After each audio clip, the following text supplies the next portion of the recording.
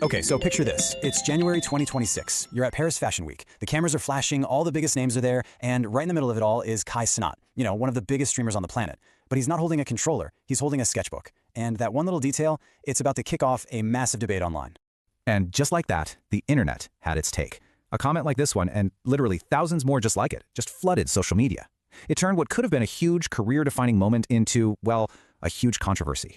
The backlash was fast, and it was harsh. So that really gets us to the heart of the question we're digging into here. Was Kai Cenat's big leap into the fashion world a real passion project? A genuine evolution for a creator who's already at the top of his game? Or was it all just a really well-planned stunt for the cameras? To really get this story, we have to start right there, at that flashpoint, the viral moment in Paris that basically split the internet right down the middle. This is where the whole debate about what he was really doing just caught fire. And when I say viral, I mean viral. The clip of Kai walking around Paris, clutching that Vivet journal of his, it just completely blew up. We're talking over 10 million views. It wasn't just some video anymore, it became this giant online trial about authenticity in the creator world. But hold on, how did we even get here? To make sense of the drama in Paris, we've got to rewind the clock a few months, back to a time when fans were asking a totally different question, which was basically, where did Kai Cenat go? Now, what's so interesting when you look at this timeline is the sequence of events. It all kicks off with some serious burnout after Mathillon 3, which was this crazy, non-stop streaming marathon. That leads to what everyone started calling his disappearance.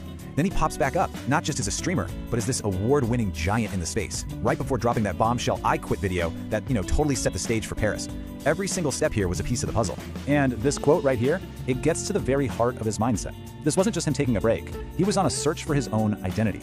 For creators who literally live their lives on camera, that line between who you are and who you perform as can get really blurry. Kai needed to step away from that constant noise to figure out what was next. So all that soul-searching led him straight to his big return. But it wasn't a simple, hey guys, I'm back kind of thing. No, it was this masterclass in storytelling, and it was all built around one YouTube video with a title that sent his entire fanbase into a complete meltdown.